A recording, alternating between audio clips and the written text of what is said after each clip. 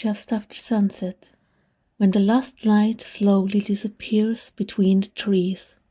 The air becomes colder, heavier, and the forest begins to change. Tonight I am searching for one of Europe's most iconic amphibians, the fire salamander. More specifically, Salamandra, the western fire salamander found here in Switzerland. These animals spend most of their lives hidden under tree trunks, deadwood, and leaves. But on warm, wet nights like this, they emerge from the darkness. The conditions tonight are perfect. Rain has left the forest soaked, the ground almost swamp-like in places. Fallen trees block parts of the trail, and every step sinks slyly into the mud.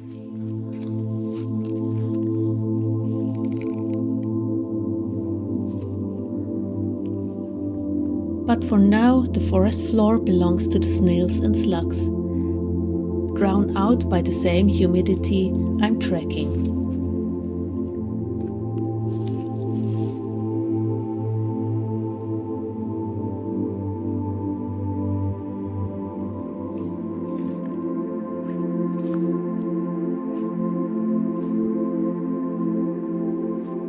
And then another nocturnal hunter appears.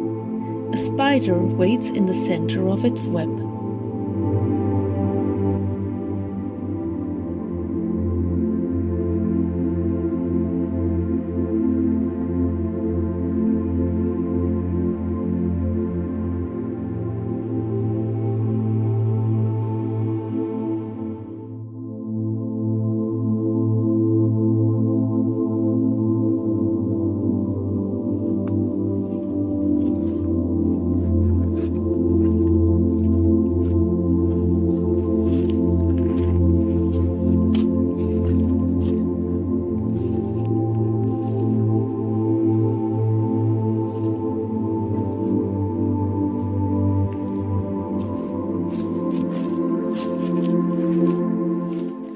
Finally, the first fire salamander of the night.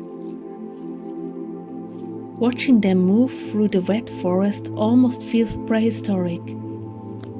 Slow, careful, and completely at home in this environment. And often they are just sitting perfectly still amidst the leaves and grass.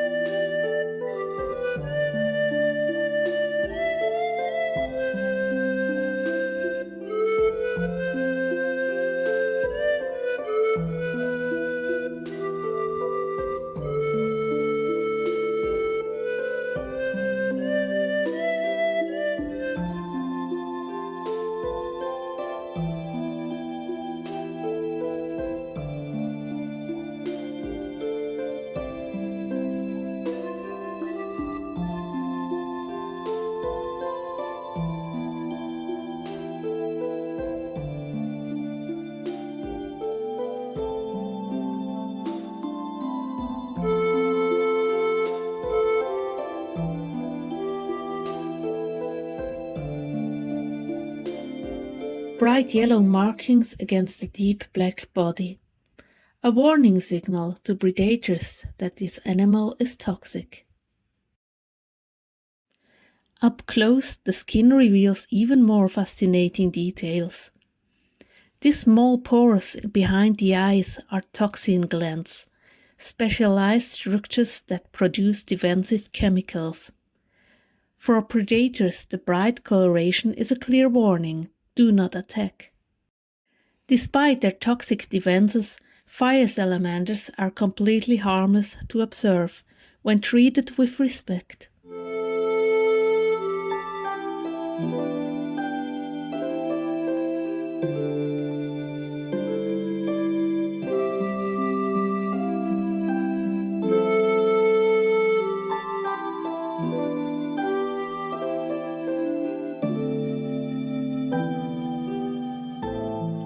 As the night continues, more salamanders begin to appear.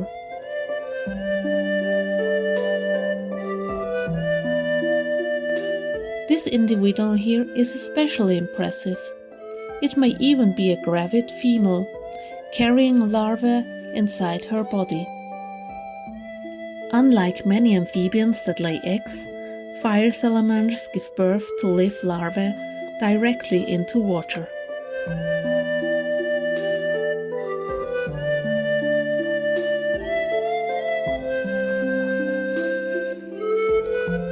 And then, completely unexpected, another fire salamander appears directly on the road, right at the edge of the forest beside a small stream.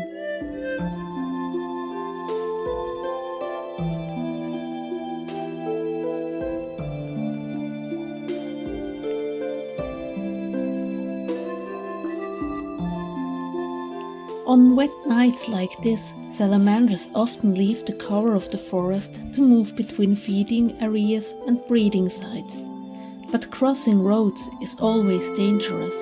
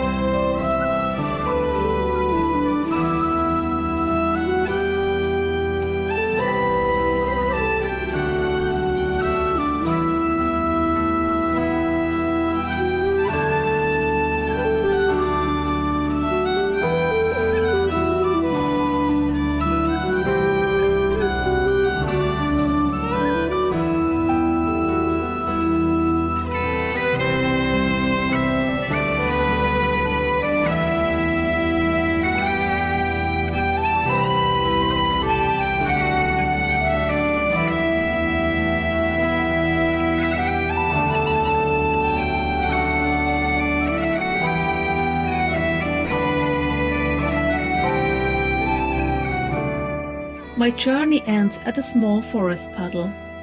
Here lives the next generation, small fire salamander larvae. Already perfectly adapted to aquatic life, they will spend months still loping in the water before eventually moving onto land. Nights like this reveal a side of the forest most people never get to see. A hidden world that only appears for a few hours, under rain, darkness and silence. And somewhere beneath these trees, countless more fire salamanders are waiting for the next wet night to emerge once again.